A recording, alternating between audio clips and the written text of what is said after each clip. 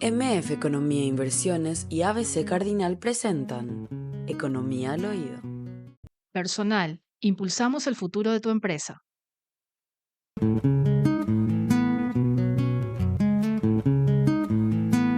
En Economía 1000 te contamos lo que pasa en la economía del país con noticias, entrevistas y análisis junto a los protagonistas. Y si quieres entender los grandes temas económicos con más profundidad, escucha también Economía al Oído, con todo el análisis liderado por Manuel Ferreira. Disponible en las principales plataformas de podcast como Spotify, Apple Podcasts y otras. MF Economía e Inversiones. ¿Entendé más? Decidí mejor. Señora Prince Otto, ¿cómo le va? ¿Cómo estamos, Roberto? Buen día a toda la audiencia, a los compañeros también que nos acompañan aquí por ABC Cardinal, ABC TV y por supuesto también a Manuel. ¿Cómo estamos, Manuel? ¿Qué tal? Buen día, Manuel. Buen día, ¿qué tal? estás? ¿Cómo están? Un saludo a toda la audiencia. Excelente. Bien, bien. Lindo día. ¿Te viniste en bicicleta o no, Manuel? No estabas vine en evitando bicicleta la porque bici. salí medio tarde. A mí me ganó todo el tiempo también. Me desperté Sí. temprano, pero después yo entreteniéndome también. con las informaciones, con todo lo que iba leyendo, las novedades del día. Entonces me retrasé un poquito. Bueno, Prince, ¿cómo vamos el día de hoy? Tenemos muchísimos temas económicos, Roberto, pero antes me gustaría decirle a la gente y les invito a que puedan leer los artículos que preparamos desde la consultora de manera diaria sobre temas, obviamente, económicos. MF Muchos Economía rompen. tiene una página por día en el diario ABC. Para los que quieran seguir estos artículos de análisis, de información, muy interesante siempre, Prince. Yo no me pierdo ninguno. Gracias, ¿verdad? Roberto. En serio, Sí. Manuel, un aporte súper interesante Sí, sí. para nosotros. esto, Tratamos de romper un poco los temas diarios. Prince es la que- culpable. ¿no? Ella es la que perpetra los materiales. No, que tratamos un poco de romper un poco los temas que se abordan todos los días Sí. a nivel económico, tratando justamente de hacer ese aporte diferencial, ¿verdad? ¿Sabes qué me gusta, Manuel? Que hay datos, cuestiones de que a veces uno dice, ¿cómo puedes medir? La cuestión que tiene que ver con la institucionalidad, con la transparencia. Y eso es muy importante porque esa es la gran debilidad que tenemos como país. Entonces, cuantificar, hacer una historia de eso me parece súper interesante. Y datos de análisis, por supuesto, de todo tipo, porque ahí entran datos fiscales, financieros, prácticamente de todo, comercial. Tenemos todo, abarca todo prácticamente, para que la gente entienda hacia dónde va el objetivo de esta colaboración que hace MF. Sí, la idea también es en esto ir dando temas generales y a veces poco tratados sobre temas económicos que de repente, pero que son muy importantes también. De repente hay análisis de sectores específicos, de repente hay análisis macro, hay temas de empleo, en fin, una diversidad de temas. Nosotros creemos que de repente, y creo que, bueno, vos vas a saber mejor que yo este tema, ¿verdad? Creo que... Nos arrastra la coyuntura de ese, Sí. Manuel. No, y creo que en el tema económico en particular, todo está muy focalizado en lo que hace el Estado, ¿verdad? Entonces, el ministro de Economía dice algo, o el presidente del Banco Central hace algo, o sale un dato de esas instituciones, y todo se mueve alrededor de eso, que es importante indudablemente, porque son los principales generadores de información en general, los estados en el tema económico, pero de repente hay temas específicos que afectan a las empresas, a las familias en el día a día, y que no se trata desde esa perspectiva, ¿verdad? Te voy a dar un ejemplo muy interesante que me dieron ayer, justamente me estaba comentando una persona, y creo que es extremadamente relevante, ¿verdad? La semana pasada, no esta semana, sino la anterior, se realizó este foro Paraguay-Brasil en Ciudad del Este. Duró 3 días más o menos, organizado por algunos creo que básicamente por el Ministerio de Industria, ¿verdad? Se esperaban 1.000 personas que vayan al evento. Fueron 5.000 personas. ¿Y por qué fueron 5.000 personas? Me dicen, la mayoría, dicen, no se entraba en el lugar, no se podía estar, no se podía caminar de la cantidad de gente que había, ¿verdad? y básicamente eran empresarios brasileros desesperados por la pérdida de mercado en Estados Unidos, por el conflicto entre Lula y Trump, que ahora se agrava con el tema Bolsonaro. Ahora ya hay condena. No, y se agrava con el tema Bolsonaro, ¿verdad? Porque, bueno, vamos a analizar un poquitito eso también, ¿verdad? Pero lo que es muy interesante, esta gente, me decía una persona, esta persona, que una persona vinculada al sector inmobiliario, decía, había 20 empresarios que ya querían enseñar un terreno para comprar, porque necesitaban armar a toda bala su fábrica en Paraguay para poder seguir exportando a Estados Unidos. Porque la diferencia era entre entre 50% y 10% de aranceles, ¿verdad? Es muchísimo. Es muchísimo, un vagón de dinero, ¿verdad? Tenemos que hacer un paréntesis porque es de producción y me dicen que ya está justamente esperando. Vamos a seguir hablando del tema, ¿no? Totalmente, muy interesante lo que vamos a está diciendo. El doctor José Carlos Martín Campercioli, él es presidente del Servicio Nacional de Calidad y Salud Animal, SENACSA. ¿Cómo estamos, José Carlos? ¿Qué tal? Bienvenido. Gracias por atendernos. A Manuel, a Roberto Sosa y a toda la audiencia de ABC Cardinal. Antes de comenzar con la pregunta, quiero pedir ya las disculpas públicas a Prince, que tuvimos un inconveniente en la organización de una entrevista la semana antepasada por cuestiones de agenda, así que las disculpas están hechas, Prince. No hay problema, José Carlos. Te estamos llamando porque queremos hablar sobre varios temas vinculados justamente a tu dependencia, José Carlos. Primeramente, esta apertura de un nuevo mercado para Paraguay, ¿qué representa para el país, considerando también justamente este avance y este desarrollo que está presentando el sector productivo con la apertura de nuevos mercados? Sí, efectivamente, creo que la apertura del mercado filipino representa una oportunidad muy grande para todas las proteínas. Creo que las proteínas que más beneficiadas será el sector porcino y el sector avícola, ya que ya para nuestro sector bovino representa un mercado de segundo piso, diría, sí. Porque no es un mercado muy premium y obviamente va a entrar a competir muy fuerte con Taiwán, que es nuestro principal mercado de Asia hoy en día, ¿verdad? Pero de igual manera es un mercado muy grande. En Filipinas estamos hablando de casi 115 millones de personas, un aumento importante año tras año de importación de proteína animal en las tres especies y obviamente el mercado, uno de los mercados más grandes del sudeste asiático en importaciones, ¿verdad? Así que realmente es un logro importante, fruto también de unas negociaciones que comenzaron allá por el 2019, que después se pausaron un poco por la pandemia.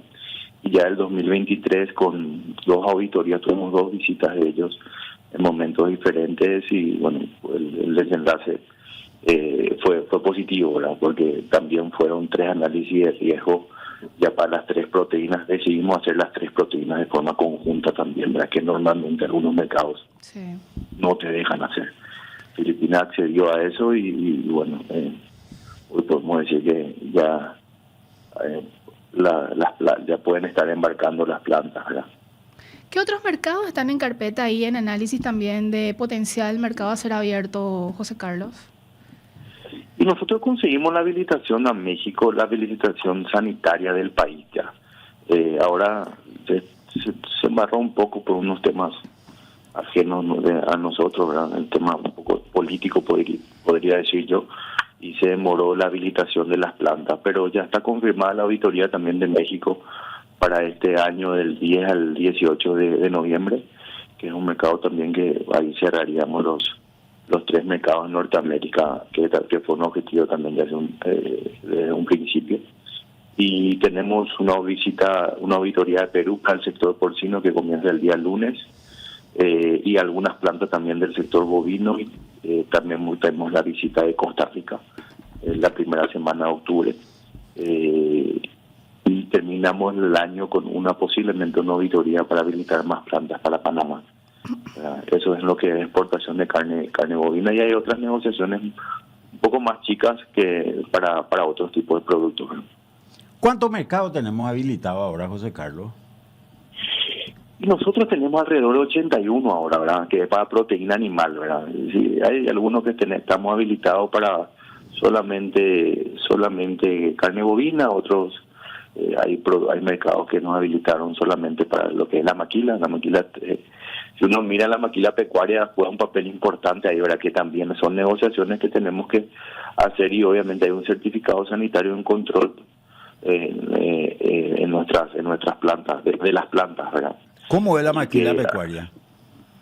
Y todo lo que es la exportación de tripas, todo lo que es la exportación, nosotros estaba escuchando un poco el programa antes de entrar, los tarifazos de Trump hicieron que ahora aumente mucho la exportación de todo lo que es el pet foods a Estados Unidos, que ya teníamos habilitado, pero no eran grandes la exportación a Estados Unidos, que obviamente hoy hay un interés genuino de las empresas brasileñas en aumentar su producción acá o instalarse las que no están, ¿verdad?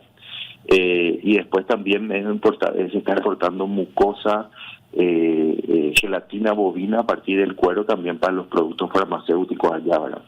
Entonces hay muchos subproductos que entraron bien a este negocio planteado por la maquila, ¿verdad?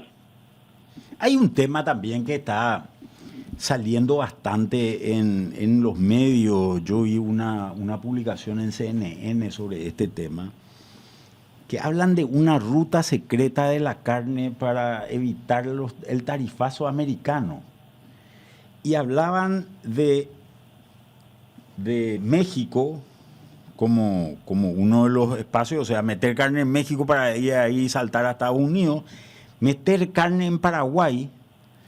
Paraguay por lejos era según este informe el más grande de todos en términos de triangulación, y el otro es Uruguay.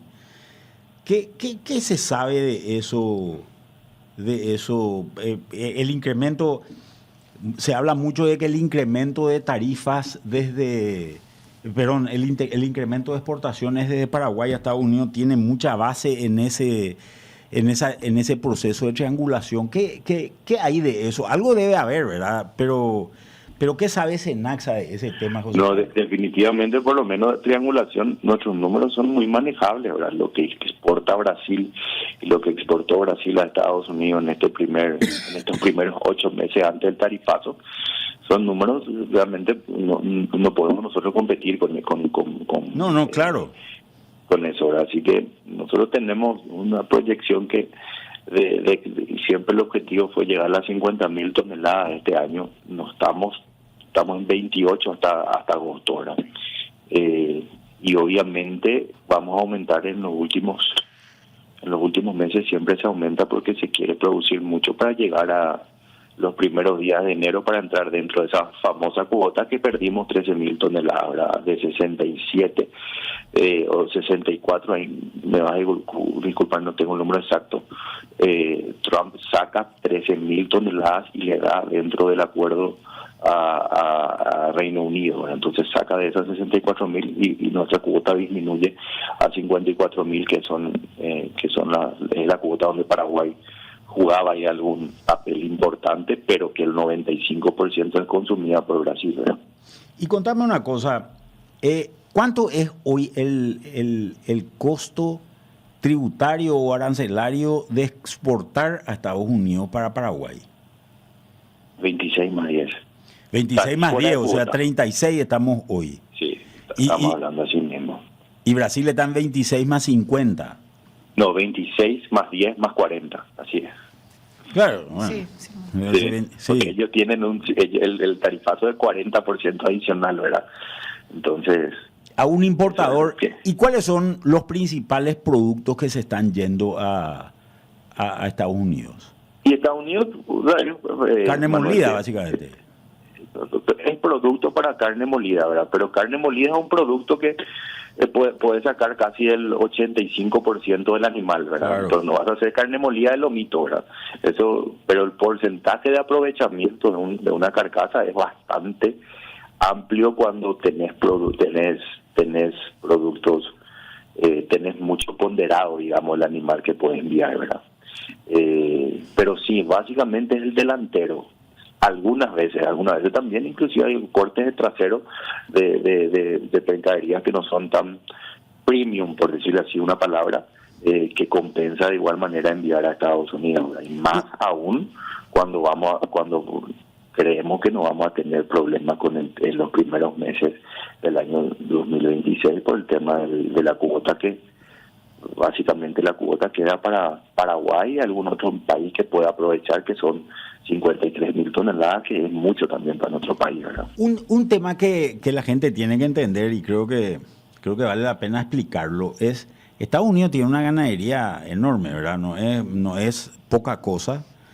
Y Estados Unidos lo que hace es básicamente sus mejores cortes los exporta o los vende a sus mercados, a su propio mercado premium, que los mercados premium, Japón, Corea, Taiwán, etcétera, Estados Unidos mismo. Y ellos sustituyen la carne que les falta con carne más barata que compran, porque gran parte de la demanda de Estados Unidos es una demanda por carne molida para hamburguesa, que es un producto base. Creo que vos estás de acuerdo más o menos con esto también, José Carlos. Así mismo, Manuel. Ellos están básicamente Japón, Corea y Taiwán. Son mercados donde realmente apunta esa producción premium. Están exportando casi a $13,000, $14,000 la tonelada, y sin arancel, porque el arancel es de Japón. Y en Corea del Sur, que son importadores grandes de carne, para Sudamérica es 40%, para Estados Unidos es 0%. Entonces, ellos ahí hacen ese juego. Además, dentro de lo que la FDA le exige a las empresas que hacen hamburguesas, es que tengan cierto tenor de grasa, y eso solamente con la carne americana no se llega. Entonces, indefectiblemente, ellos necesitan comprar carne de Sudamérica para poder llegar por los porcentajes de grasa y los nutrientes que exige la FDA, ¿verdad? Entonces, están medio casi obligados también a comprar por un tema nutricional, ¿verdad? Porque nuestra carne, vos sabés que es mucho más magra a la de Estados Unidos, ¿verdad? Y contame otra cosa. El hecho de que se estén desarrollando este tipo de mercados, donde vos mismo acabas de explicar que hay mucho más aprovechamiento en general, esto está generando una escasez relativa de carne en el mercado local, ¿verdad? Eso es cierto, Manuel. No podemos negar que nuestros perfiles de exportador ha aumentado de 52% a 74% en los últimos años, ¿verdad? Si vemos 5 o 6 años y vamos estudiando, ¿verdad? ¿No? Y que obviamente también esto fue acompañado a una mayor producción. Nuestra producción en los frigoríficos también aumentaron de manera importante, no solamente en la cantidad de animales faenados, sino también en el peso, ¿verdad? De estos animales, producto de una tecnificación en genética, en invernada, etcétera, etcétera, ¿verdad?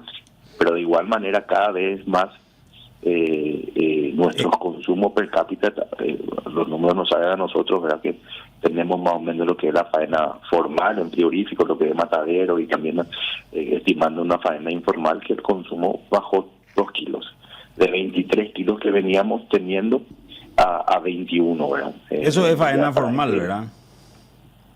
No, faena formal, nosotros pues tenemos los números que son faena frigorífico habilitado para exportación. Tenemos la faena que para frigoríficos mataderos locales, todo lo que se comercializa en ferias, y después también tenemos un cálculo de una faena que no es registrada, que en establecimientos o en carnicerías locales en el interior, ¿verdad?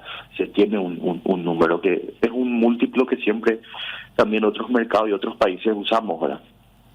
Y contame otra cosa.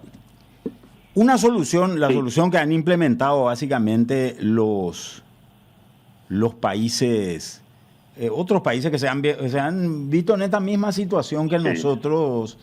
El caso de Uruguay, por ejemplo, que es un caso bastante parecido al nuestro porque tienen una oferta exportable muy importante también ellos. Ellos empezaron a importar cortes incluso de nosotros, ¿verdad? En un momento dado para poder cubrir su mercado interno. En algún momento recuerdo, no sé si vos te acordás de esto, se desarrolló lo que se llamaba el asado del Pepe en Uruguay, que era el que impuso Pepe Mujica cuando fue ministro de Agricultura en el Uruguay, que era básicamente un corte que no se podía exportar y tenía un precio determinado.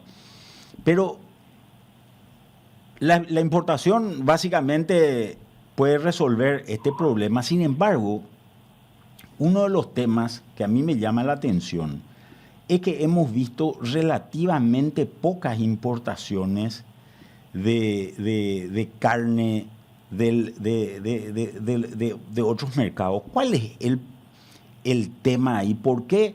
Porque hay una oportunidad, ¿verdad? En Brasil está más barato, digamos, que en Paraguay. ¿Por qué no se trae si está habilitado todo eso? ¿Cómo vos ves el tema? Nosotros, Manuel, tenemos habilitados por protocolo de Mercosur, tenemos un acuerdo firmado que hay una reciprocidad tanto con Brasil, Argentina, Uruguay, Paraguay, ¿verdad? Entonces, la importación de por lo menos del sector bovino, estamos habilitados, ¿verdad? De Argentina y de Uruguay, desde el punto de vista de costo, no cierra en absoluto, porque obviamente allá la costilla está casi 10, 12 dólares, ¿verdad? En Uruguay está 15, se está hablando. Es más, Uruguay es nuestro séptimo principal mercado casi, ¿verdad? Uruguay es un excelente mercado para la carne paraguaya, ¿verdad? Brasil, en este tiempo, después del tarifazo, digamos, hubo un momento de incertidumbre muy importante, hizo que la diferencia de precios sí sea importante.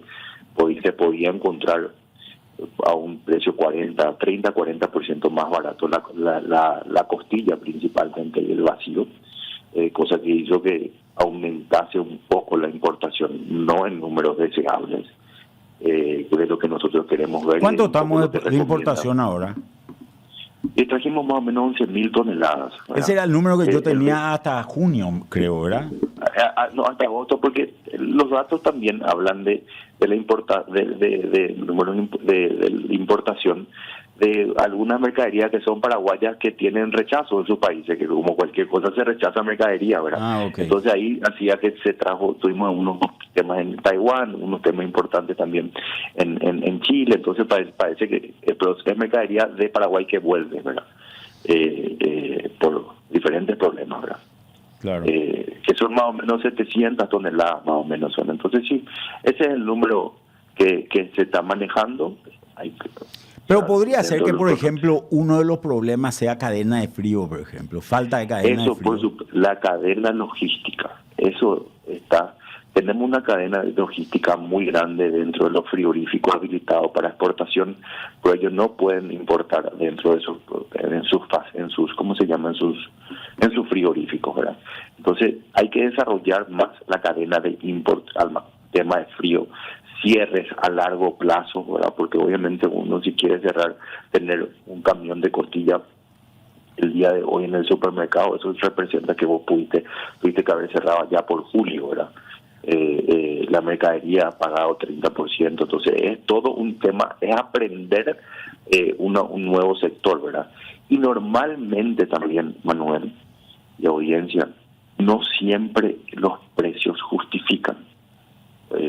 Ahora vamos a llegar a fin de año, normalmente el consumo de Brasil a partir de octubre, noviembre, diciembre sube muchísimo, ¿verdad? Entonces, armar toda una estrategia y acerca de infraestructura para que sea algo muy estacional, obviamente no cierra, vale la pena, claro. Entonces, es todo un tema que tenemos que seguir hablando. Estamos trabajando para traer de Bolivia, Manuel. No le gusta mucho a la gente eso, pero es el único lugar donde se puede traer algo más barato, pero no estamos habilitando porque Bolivia nos da muchas veces muchas respuestas a lo que nosotros exigimos, ¿verdad? Porque también tenemos que exigir las mismas cosas que nos exigen los diferentes mercados, ¿verdad? Ok, perfecto. Sí, Roberto. no, yo quería consultarte, José Carlos, el tema de la cantidad del hato ganadero que tenemos, digamos, y estos mercados que se dan, estoy pensando nomás, estás hablando de Filipinas, un mercado de más de 100 millones, y después varios países muy importantes. Entonces, ¿cómo se planea esto? Y a Manuel también le lanzo la pregunta que conoce muchísimo. ¿Cómo se planea esto a futuro? Porque si abrimos más mercados, tenemos la posibilidad de exportar más. Y está ocurriendo esto que mencionabas de que hay, digamos, una menor oferta a nivel de mercado interno. No pudimos crecer mucho en los últimos años en el hato ganadero. Redujimos con respecto al máximo que tuvimos en algún momento. ¿Cómo se planifica esto con el sector privado? Mirando a futuro, José Carlos. Y eso es nuestra principal preocupación como sector público, también la disminución del hato ganadero. Hay factores que el factor clima, que ahí Manuel también te puede explicar, que obviamente jugó una presión muy grande a los productores.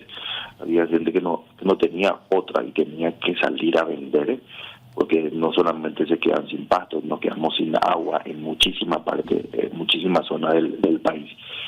Y esto es un tema de la recomposición del hato ganadero, no es un tema que solamente está afectando a Paraguay, ¿verdad? Estados Unidos tiene el menor hato ganadero en los últimos 100 años, Australia también, Argentina también, Brasil está saliendo de su ciclo ganadero. Entonces todos los países, hay una disminución mundial en el hato, en los hatos ganaderos, ¿verdad?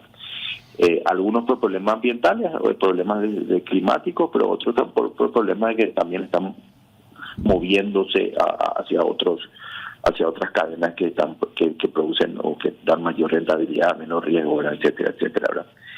Ahí es donde tenemos que apuntar, Roberto, porque el aumento del hato ganadero no se da en un año, ¿verdad? Necesitamos primero que las condiciones climáticas puedan mejorar. Las condiciones del mercado, estamos acá discutiendo que tenemos mucho mercado, así que no es un tema de mercado porque hoy accedimos al mercado.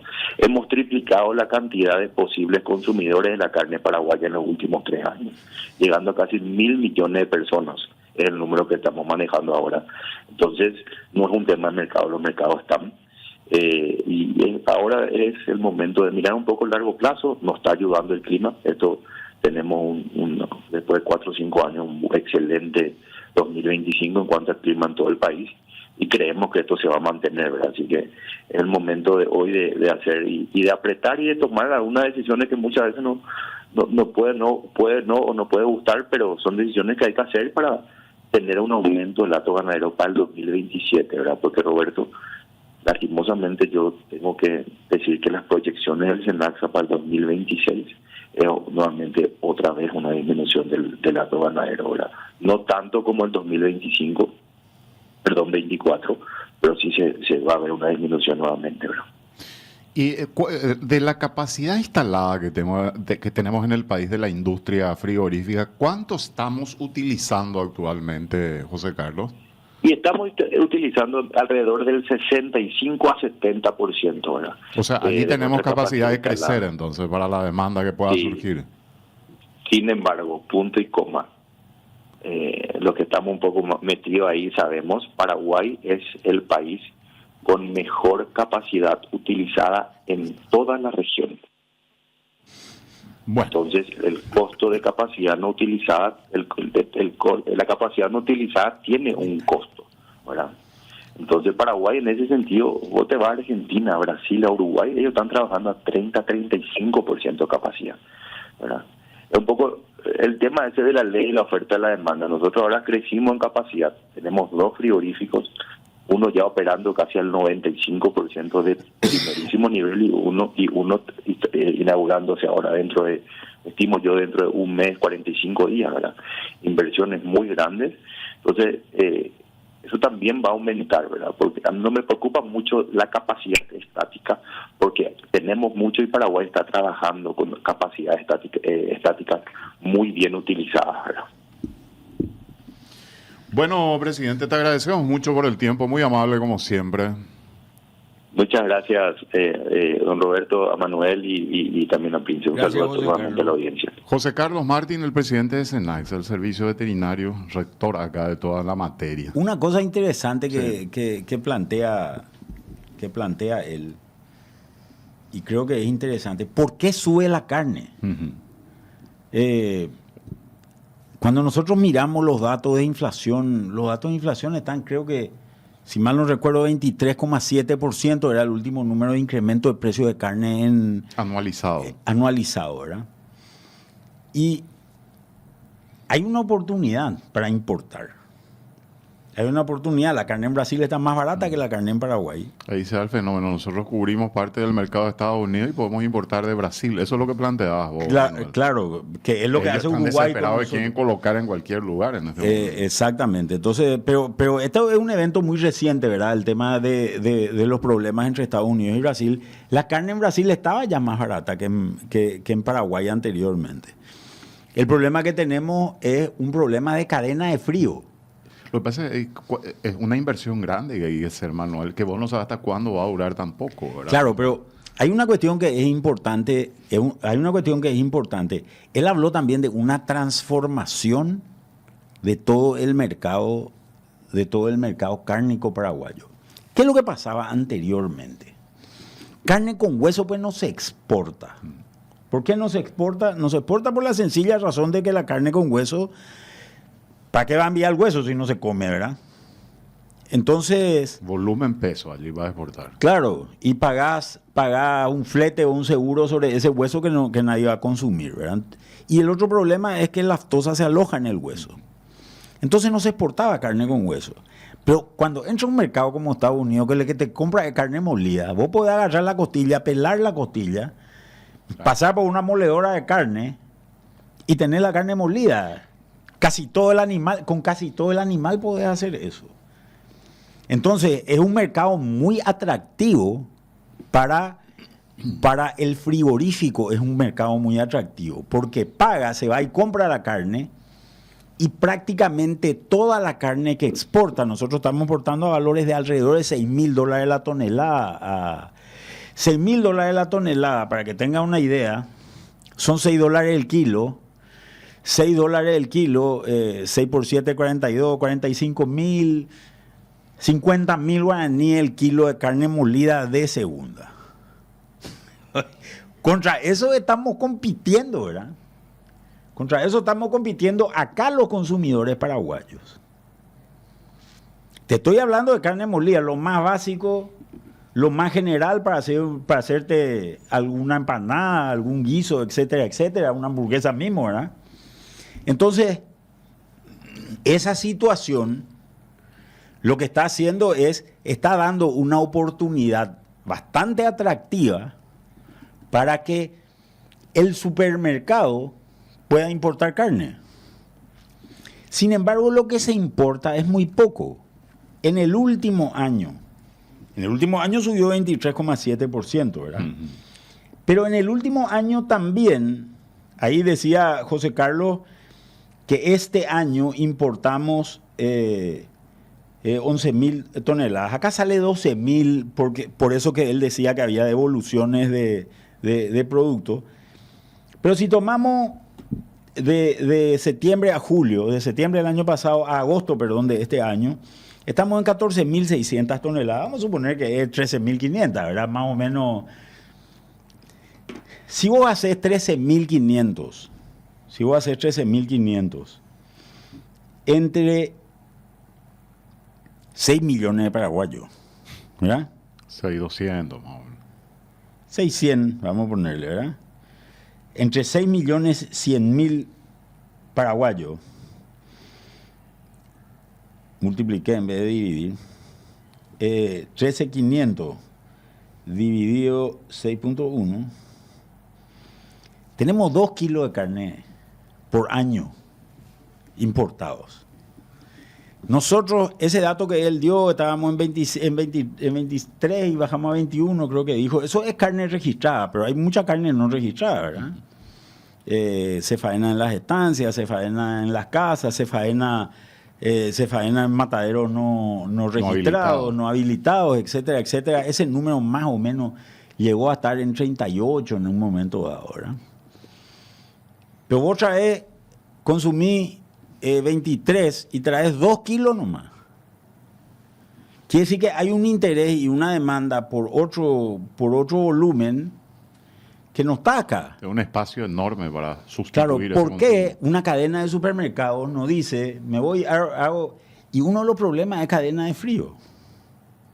O sea, ¿dónde guardo toda esa carne? La heladera que yo tengo o la congeladora que tengo Tu en el heladera no tiene capacidad. en mi supermercado es muy chica, ¿verdad?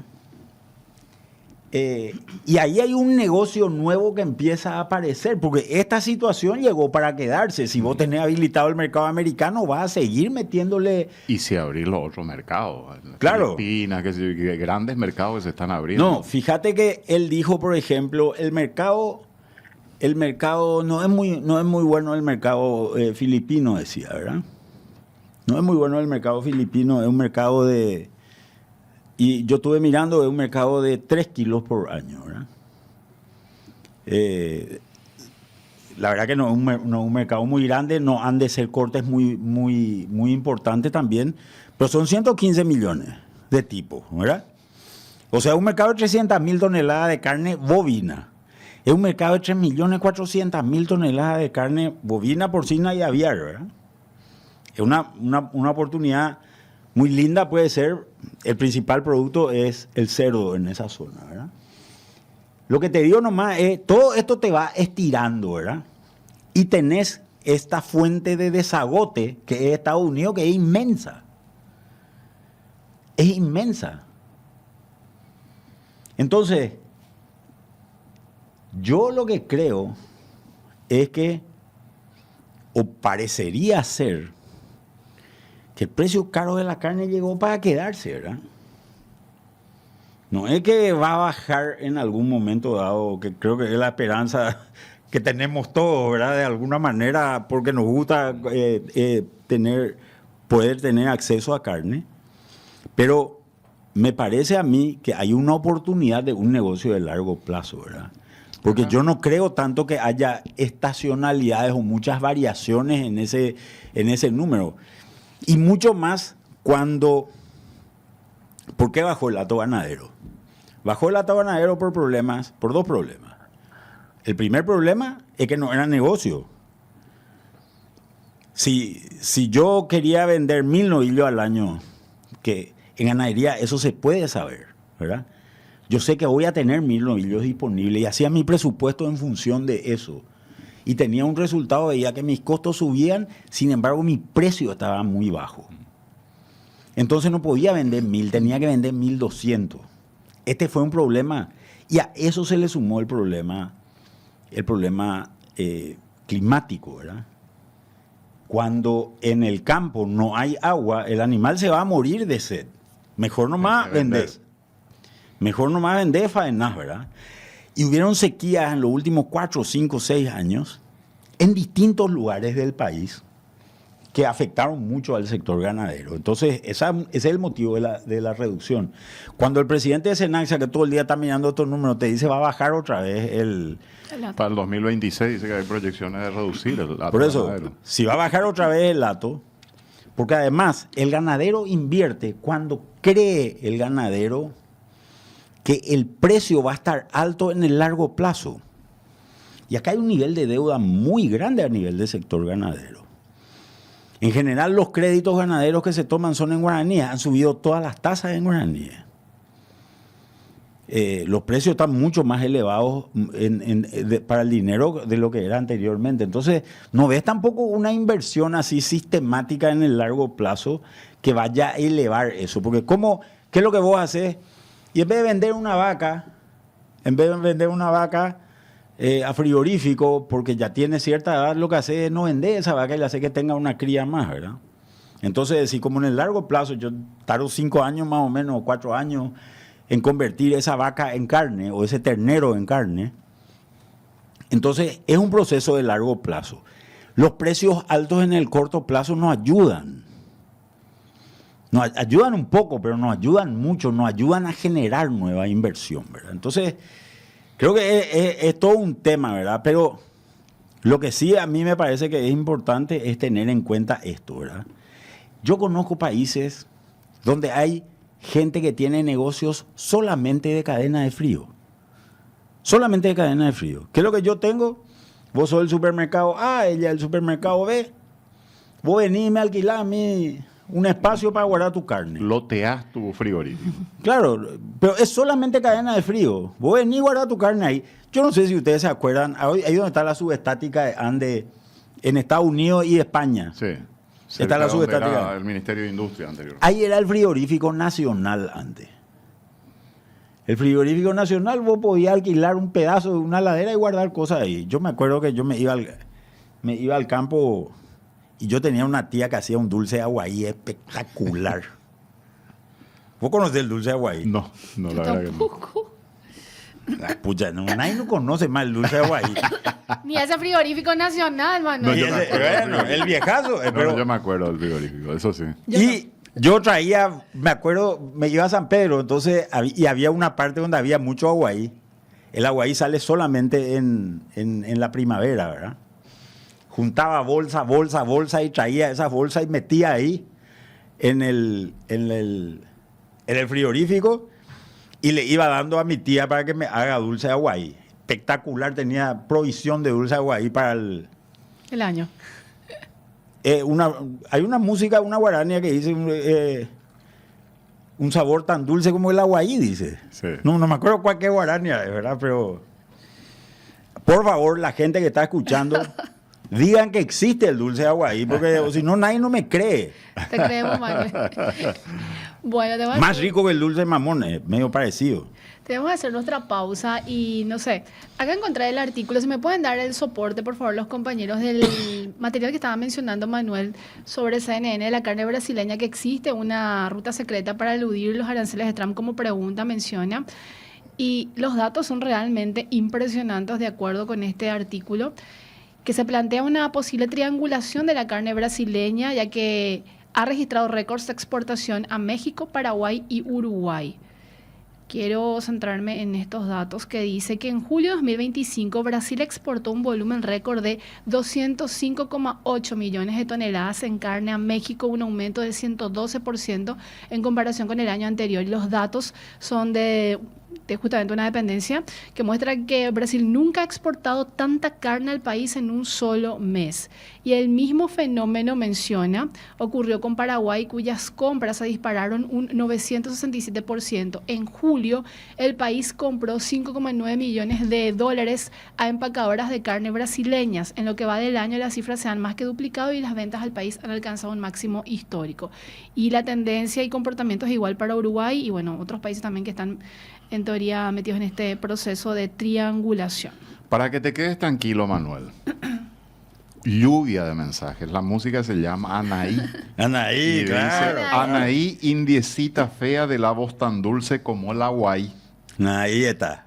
Es parte de la letra. Era cierto, mano. Es cierto, mano. Ay, pero lluvia de mensajes, no te estoy Vamos a mintiendo. compartir, ¿eh? vamos a ¿Y compartir. alguien sabe dónde hay dulce de aguaí? Ya que hay lluvia de mensajes, porque ¿Vos yo querés? siempre busco y nunca encuentro. ¿Sabe dónde encuentro? Mi sobrina. ¿Querés recordar tu Mi sobrina tu venía adolescencia, de, juventud? no sé, de Buenos Aires, creo, y se quedó en un hotel en Corrientes y encontró dulce de aguaí y me trajo. Mira, en aguay en Corrientes. almíbar, me dice, Buenos Aires te están escribiendo, Manuel.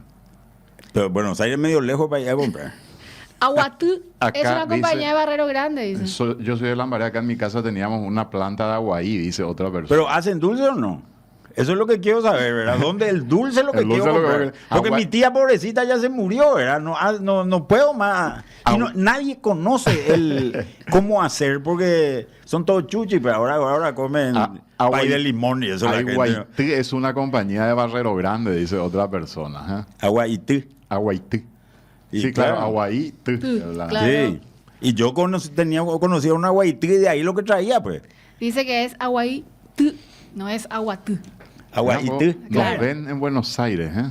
Sí. Veo en Buenos Aires canal 304 de Telecentro. Ah, mira Dice, vos. Saludos.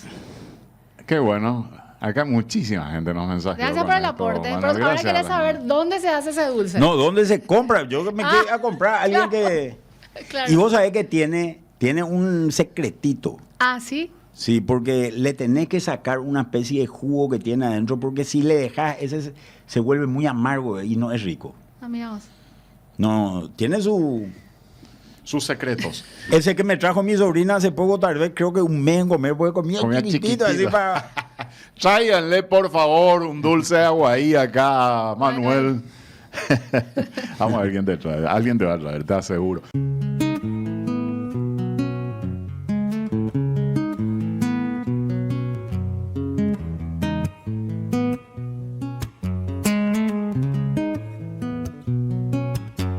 Seguimos aquí en nuestro enfoque económico, Prince. Me confirman desde producción que ya está en línea Luis Solhansink. Él es presidente de la Nelore Paraguay. ¿Cómo estamos, Luis? Nelore. Perdón. No, Yo dije otra, Nelore. la acentué al final. No, le pones todo mal los acentos. ¿Cómo estamos, Luis? ¿Qué tal? Bienvenido. Gracias por atendernos. Muy buenos días para ustedes. ¿Qué tal, Manuel, Roberto, Prince? Estoy aquí a las órdenes. Muchas gracias. Te estamos llamando por lo siguiente, sobre este planteamiento de levantar la vacunación contra la fiebre aftosa en nuestro país. ¿Cómo lo están viendo? ¿Hay un análisis en conjunto con el sector privado, Luis? Sí, levantar la vacunación contra la fiebre aftosa es un programa que está realizando el SENACSA. En cuanto a eso, el sector productivo no está de acuerdo. Hay reuniones que se están llevando a cabo con el SENACSA, la Asociación Rural del Paraguay, la PEC, el CEA, el Ministerio de Agricultura y Ganadería, también las 5 incorporadas. Pero nosotros aplaudimos este debate, un debate técnico que como productores lo vamos a hacer siempre vamos a discutirlo con un sustento técnico y financiero, pero nosotros nos vemos el apuro para poder levantar la vacunación contra la fiebre aftosa. ¿El por qué? Todo lo que nosotros hemos conseguido en estos últimos años es justamente gracias a un trabajo en conjunto del sector público con el sector privado.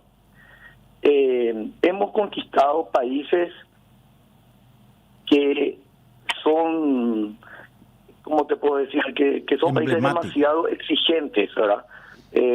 Como por ejemplo tenemos Estados Unidos, tenemos Canadá, ahora Filipinas, México está en camino, tuvimos una auditoría de Japón.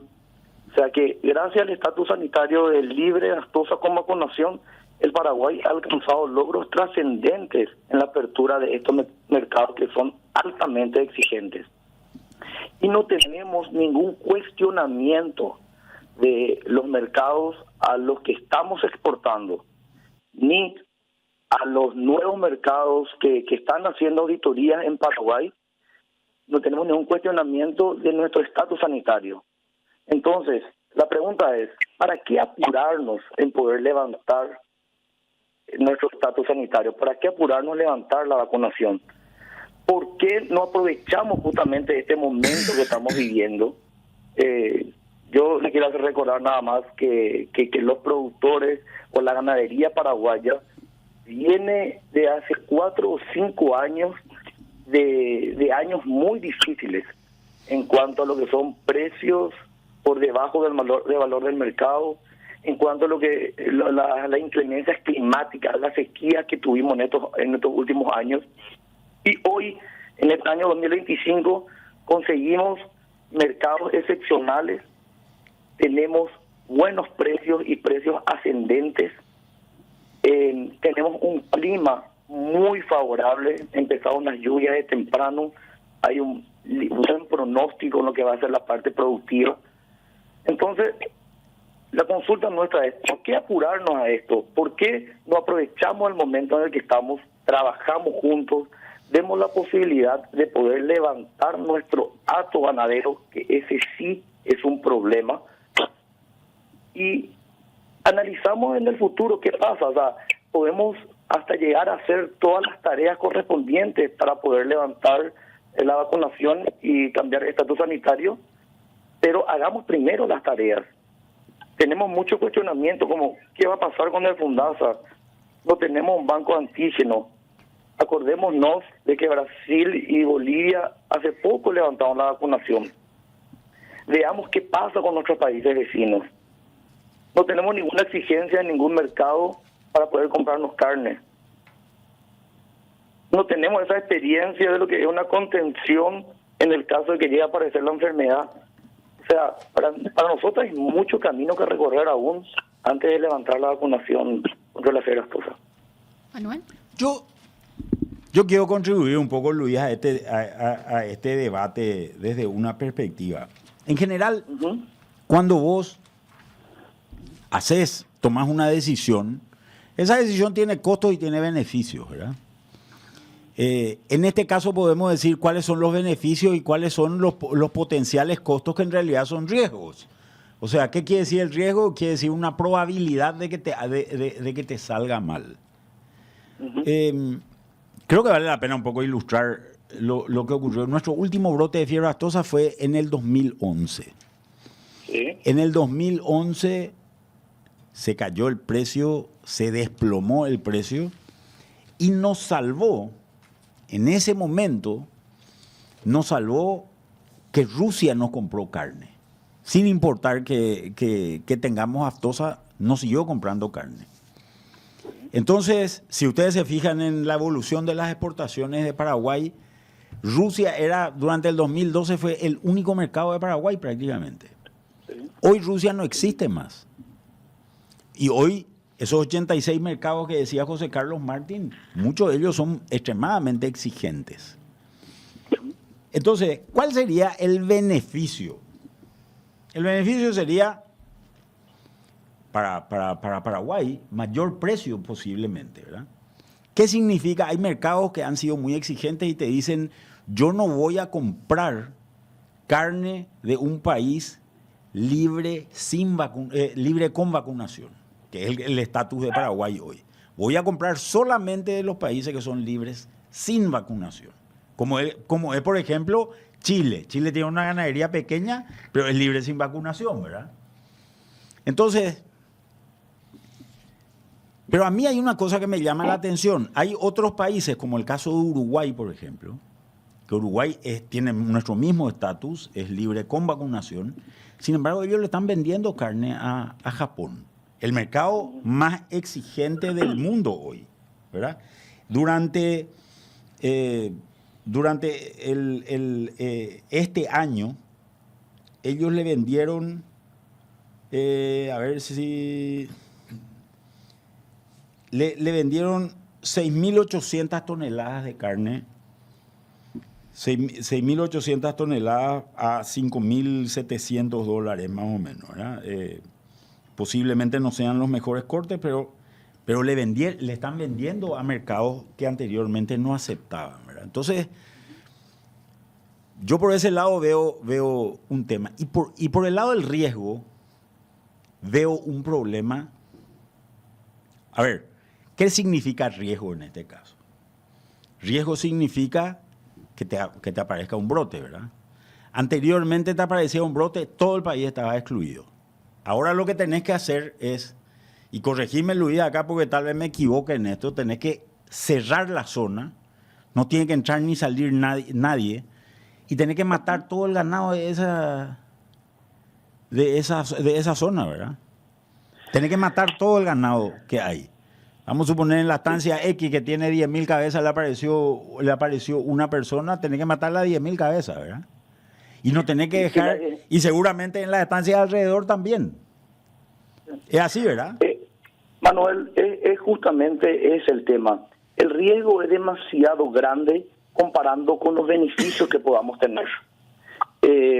Volviendo al inicio de lo que propusiste, hoy Paraguay no tiene ninguna exigencia de ningún mercado para que cambiemos nuestro estatus sanitario, para que otros mercados nos puedan comprar. Y los países que nos compran tampoco nos están pidiendo que cambiemos nuestro estatus sanitario. Entonces, ¿para qué hacerlo hoy? Ahora, sí, sabemos que el mundo cambia, hoy todo es dinámico, no sabemos qué puede pasar dentro de 4 o 5 años. No sabemos cómo van a estar la vida regional sanitaria, no sabemos cómo van a estar los mercados, no sabemos cómo van a estar las exigencias. Entonces, podemos prepararnos a eso. Sabemos que hay unas cuantas tareas que tenemos que hacer antes de levantar la vacunación contra la fiebre aftosa. Entonces, nuestra consulta es, ¿por qué poner una fecha, como lo está poniendo Senaxa, para levantar la vacunación? Sino que, ¿por qué no trabajamos juntos con el sector público y privado en realizar todas esas tareas? Una vez que tengamos todos los checks de esas tareas, veamos qué es lo que pasa a nivel regional. Veamos si tenemos exigencia de mercados. Veamos qué pasó en Brasil, en Bolivia, qué está pasando con Argentina. Uruguay tiene una postura muy firme de no levantar la vacunación y, como vos bien dijiste, exporta a los mercados más exigentes del mundo con el estatus sanitario de libre de aftosa sin vacunación. Acordémonos, Manuel, que Paraguay es un país que exporta el 75% de lo que produce y el 25% queda en el país. O sea que si nos llega a aparecer, Dios quiera que nunca pase, esta enfermedad de vuelta en el país, los riesgos son enormes. O sea, ¿tú sabes qué va a pasar con el sector financiero? Yo estoy seguro que vos estás al tanto, Manuel, que la deuda del sector ganadero en los bancos está alrededor de 1.800 a 2.000 millones de dólares. Si llega a aparecer la enfermedad, como vos habías dicho, en una forma, en una parte regional del país, en un punto del país, ahí tenemos un problema muy grande. Brasil, por ejemplo, tiene divididos por regiones. Paraguay no. En Paraguay ocurre un caso de fiebre aftosa en Boquerón y todo el país corre las consecuencias. Se enfermaron 1.000 animales en una zona. 1.000 animales en una zona.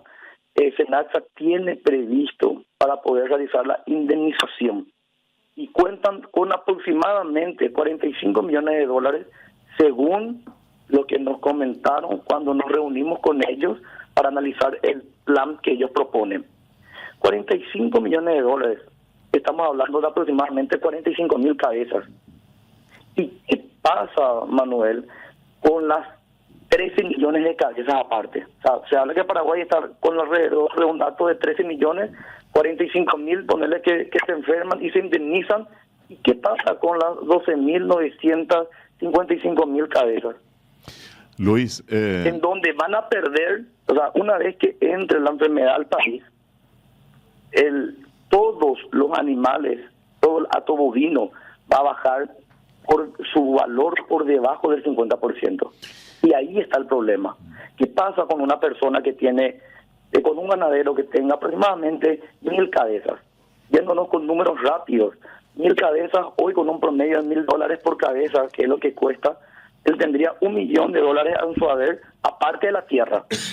Y es una persona que quiere trabajar, quiere mejorar su genética, quiere mejorar su infraestructura, pasturas, corrales, alambrados, tajamares. Él saca un crédito y se endeuda al 50%, saca un crédito de $500.000 y él comienza a trabajar. Viene la enfermedad y esos $1 millón que él tenía de patrimonio en animales bajaría a 450 o $500.000. O sea, que él tendría lo mismo que debe. Eso puede ser algo caótico para el país. Luis. Entonces, si hoy no tenemos exigencias, ¿para qué apurarnos? Pero sí trabajar en las tareas que tengamos que hacer para algún día ver si vale la pena levantarlo o no. Una sola consulta tengo, Luis, finalmente para cerrar la entrevista. Sí, Manuel. Yo me preguntaba si en el sector ganadero, en el sector oficial, se habla también de el mercado negro, de que realmente ese sea el gran temor que existe, porque tenemos una frontera seca muy grande y la realidad es que sigue habiendo alguna filtración importante que pueda afectar el hato ganadero paraguayo. O sea, que realmente ese sea el motivo de que no tenemos la seguridad de que puedan ingresar animales que no estén en condiciones y que eso pueda afectar al productor paraguayo. Sí, también, Manuel, puede llegar a pasar. Entonces, justamente por eso, tenemos muchos metros de fronteras secas, tanto con Bolivia, con Brasil, que son dos países que acaban de levantar la vacunación y ahora están con un nuevo estatus sanitario. Entonces, claro, lo que vos estás diciendo puede pasar. Y la pregunta es, ¿para qué arriesgarnos a eso? ¿Para qué arriesgar todo lo que nos costó conquistar o conseguir de vuelta, perderlo por una mala decisión? No es el momento. No sé si escuchaste la entrevista que hizo Fernando Queiroz, el presidente global de Minerva Food, en donde él no está de acuerdo en el levantamiento de la vacunación contra la fiebre aftosa. Él dice que hay mucho más riesgos que beneficios que podamos obtener. No tenemos exigencia en ningún mercado. O sea, para nosotros es apresurarnos a algo que todavía no nos están pidiendo, pero sí estamos a favor de prepararnos en eso. Y dentro del plan que nos mostró Senarsa, en ese plan se pretende dejar de vacunar el año que viene, que es en el 2026, esperar el tiempo que la ONSA nos va a decir, que serían entre 18 a 24 meses aproximadamente, sin vacunación y sin que aparezca ningún caso aftosa, y ahí tenemos el nuevo estatus sanitario que sería libre de aftosa sin vacunación, ¿verdad?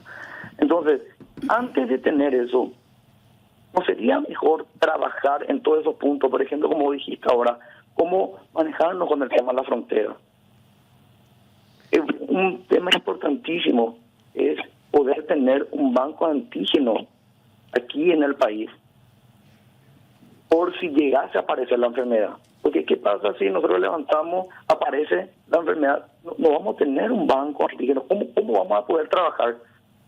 Entonces, es demasiado importante primero poder cumplir con todas las tareas necesarias y después intentemos analizar cómo está el mercado, la exigencia, la sanidad, y de ahí Perfecto. tomemos la decisión que parezca más conveniente para el país. Pero tomarlo hoy, una decisión tan apurada, y más aún en este momento que los ganaderos están comenzando a respirar después de estos 4 o 5 años tan difíciles que tuvimos, a mí me parece que no vale la pena correr ese riesgo. Muchísimas gracias por el tiempo, Luis. A las órdenes, Manuel, querido. Te mando un fuerte abrazo. Gracias, Luis. Saludos para Abrazo. vos, Roberto, Prince, y a las órdenes siempre. Gracias. Estuvimos con el productor Luis Soljancic. No me voy a equivocar más con Tenemos la voz medio parecida por Luis. Roberto Manuel. Personal. Impulsamos el futuro de tu empresa.